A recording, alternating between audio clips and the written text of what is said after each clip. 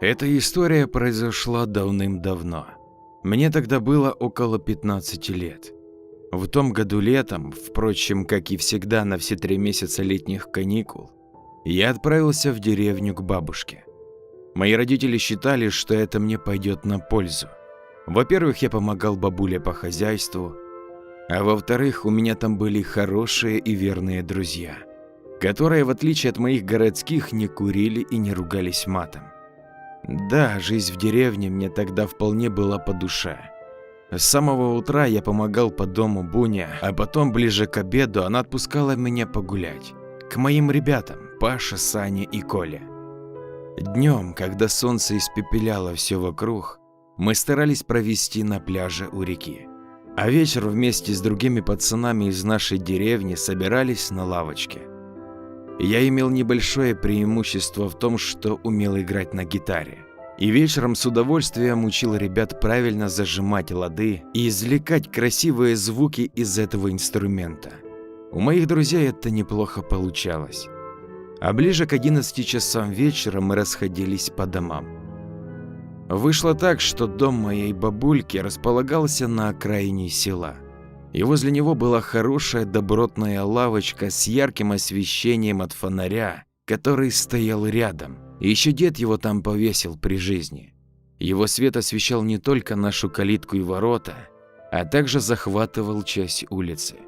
В общем, наша лавочка была идеальным местом для вечерних посиделок. А еще мы с пацанами любили, сидя на лавке, рассказывать страшные истории. Делали мы это ближе к концу вечера, чтобы потом здорово пощекотать себе нервишки по дороге домой.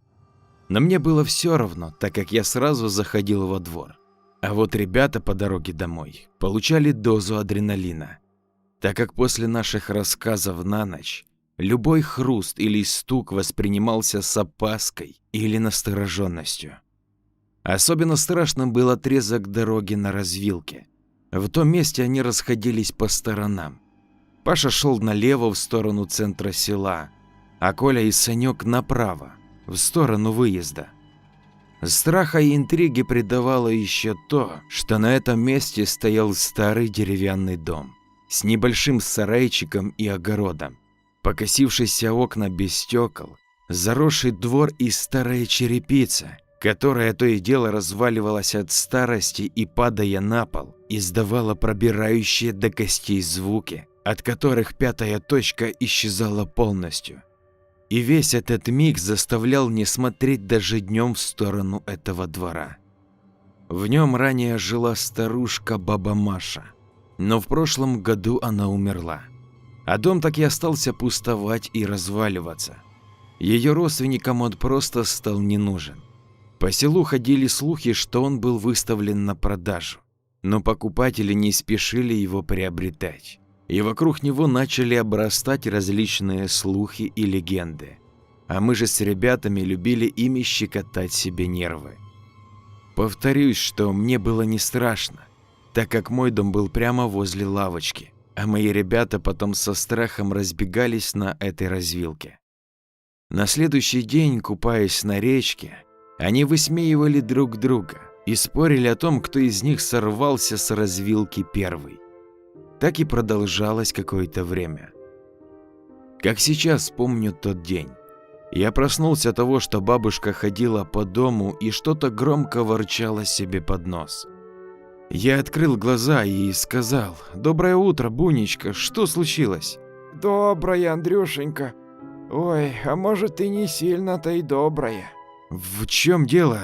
Говори скорее, ты меня пугаешь. Ой, чую, горе приехало в нашу деревню, но не нравятся мне они, хоть ты убей меня. Кто они?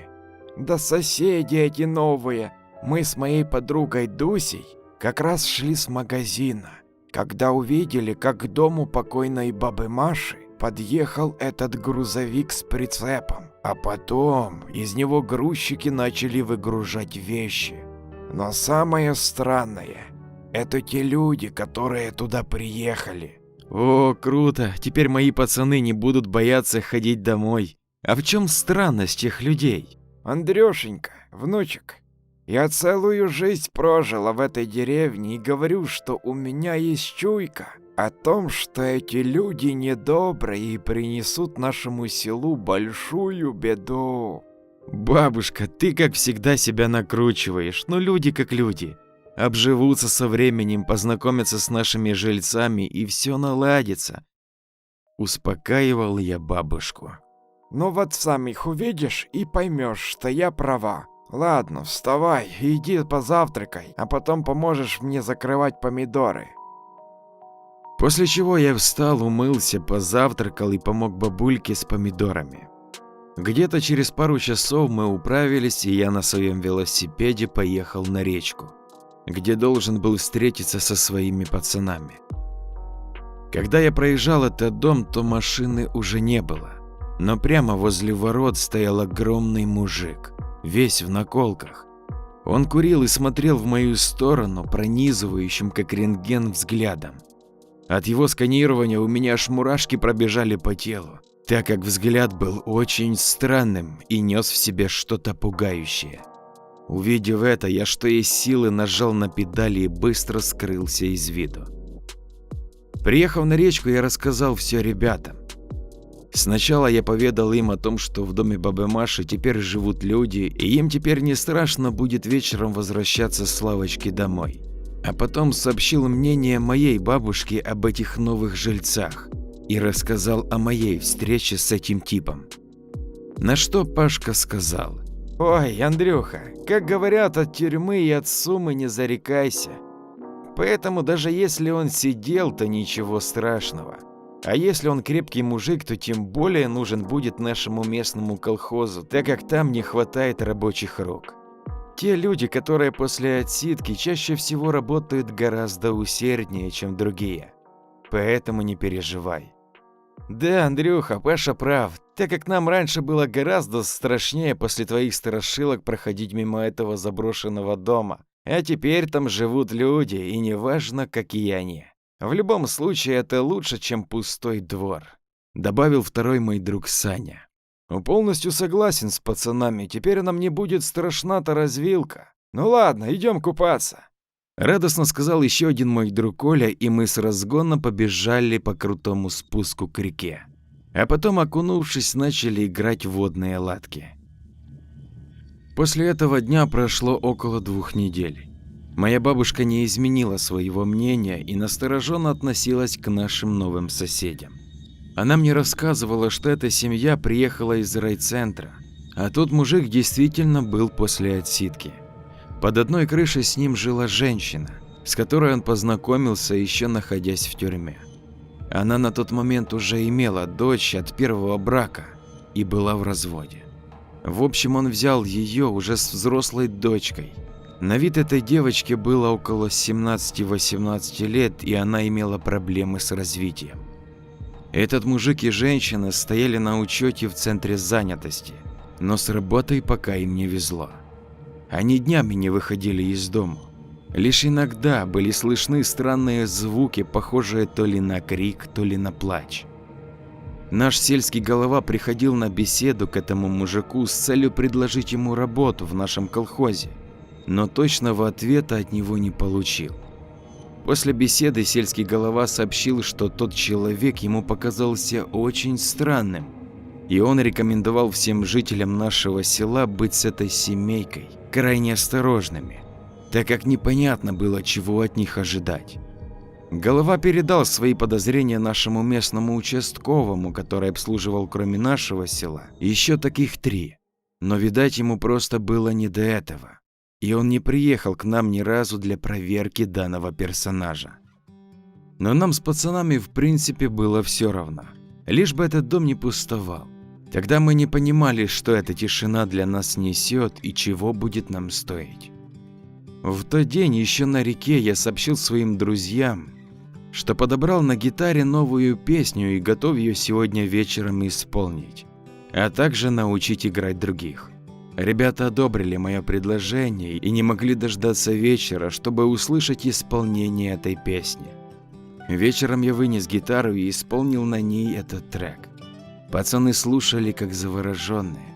А потом Паша предложил, чтобы я его первого научил ее играть. А он завтра принесет старую гитару своего бати для того, чтобы я ее настроил. Конечной нашей целью было создание мини-группы для того, чтобы мы могли по 2, а то и 3 гитары исполнять различные песни.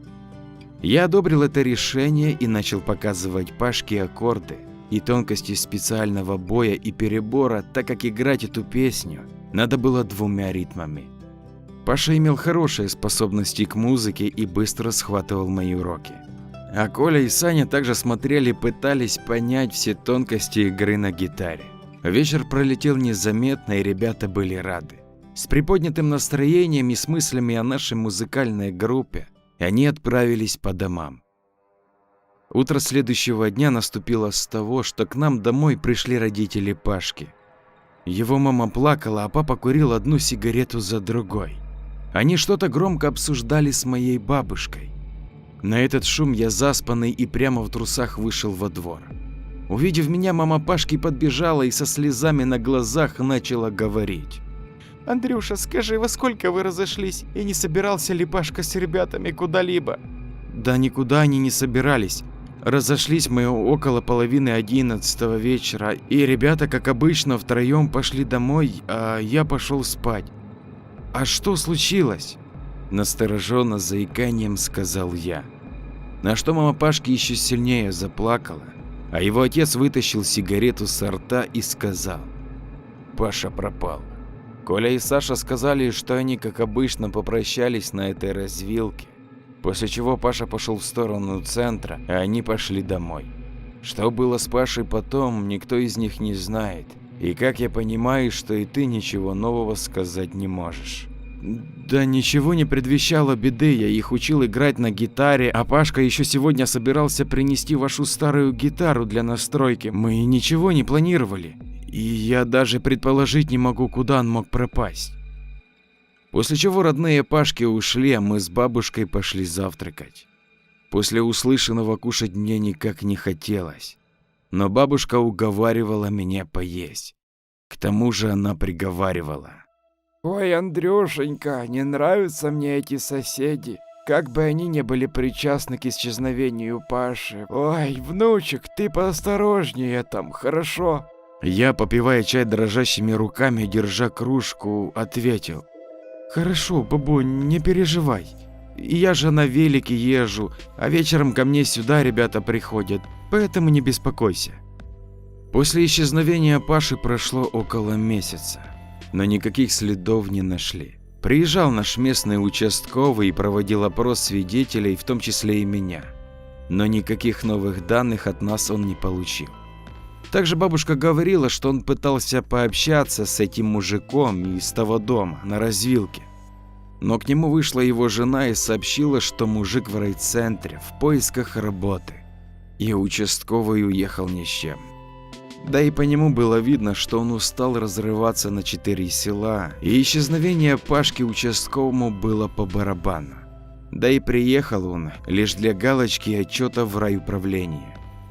В общем, было ясно, что данное дело повисло мертвым грузом.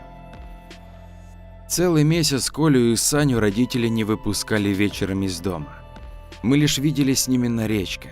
Из-за этого нашим мечтам о создании группы пока не суждено было сбыться. Да и вообще без Паши нам было очень грустно, и мы каждый день обсуждали его пропажу. И вот однажды на речке Саня сообщил нам, что сегодня вечером на пару дней вместе с родителями уезжает в гости в райцентр. И вышло так, что именно в тот день Колю родители отпустили вечером ко мне на лавочку. Коля понимал, что если его родители узнают, что Саня уехал, то не разрешат ему одному вечером выйти гулять. Поэтому он это от них скрыл. Мы договорились с ним, что встретимся ненадолго, и я покажу ему пару аккордов, а потом проведу его до развилки. Так и вышло. Вечером около 7 Коля уже был у меня. Встретившись, мы сразу принялись заниматься музыкой и не заметили, как быстро пробежало время. Где-то около 22:50 я занес гитару во двор и пошел провожать Колю. Коля и Саня жили на краю села, рядом с трассой и небольшой железнодорожной станцией. После той развилки дорога уходила направо, и практически на всем ее протяжении была не освещена. Лишь только перед домами Сани и Коли были фонари. Когда мы подходили к развилке, то обратили внимание на двор дома, в котором жила та странная семейка. В его окнах было темно, и во дворе стояла полная тишина, что еще больше нас насторожило. Ой, Андрюха, не накручивай себя, видать, они уже легли спать. На часах ведь почти 11 ночи. Ну да, признаюсь, что у меня, как и у моей бабули, есть некая настороженность к этим жильцам. Странные они какие-то. За разговорами мы не заметили, как вышли на развилку. Когда мы стали на перекрестке, я с опаской оглянулся на этот двор и сказал: «Слышь, Колян, давай я все-таки тебя еще проведу. Но не нравится мне этот двор». Да, Андрюха, успокойся, я сам дойду. А завтра, чтобы ты не волновался, я с утра заеду к тебе на велике, окей? С улыбкой сказал Коля. Ладно, только ты будь осторожен, хорошо? Я потихоньку пойду, а ты быстро беги домой. Если что, кричи, я сразу прибегу к тебе на помощь. После чего мы пожали руки, и Коля быстрым шагом пошел по дороге в сторону дома. Я подождал, пока он скроется из вида, и быстрым шагом пошел домой. Когда я уже подходил к своему дому, то услышал глухой стук ворот. Он доносился со стороны развилки, но я не обратил на это внимания и зашел во двор. Зайдя домой, я увидел, что бабушка уже спит, и сам прилег и быстро заснул. Я не знаю, сколько я проспал, но проснулся от громкого шума. Я привстал с кровати и посмотрел в окно. У нас во дворе были родители Пашки и Коли, и громко разговаривали. Мое сердце дрогнуло, и мелькнула мысль, что произошло что-то страшное. Я быстро оделся и выскочил на улицу, где узнал, что Коля также пропал. У мамы Коли и у мамы Паши была истерика, и они кричали, что если милиция в течение дня не найдет хоть след Коли или Паши, то они пойдут и разнесут вагончик участкового. Также они утверждали, что подозревают того мужика. На что я им сказал, что провел Колю прямо до развилки, а также хотел провести его дальше, но он отказался. Позже их родители вызвали милицию, но на вызов участковый не приехал, а лишь сказал, что занят и приедет через пару дней.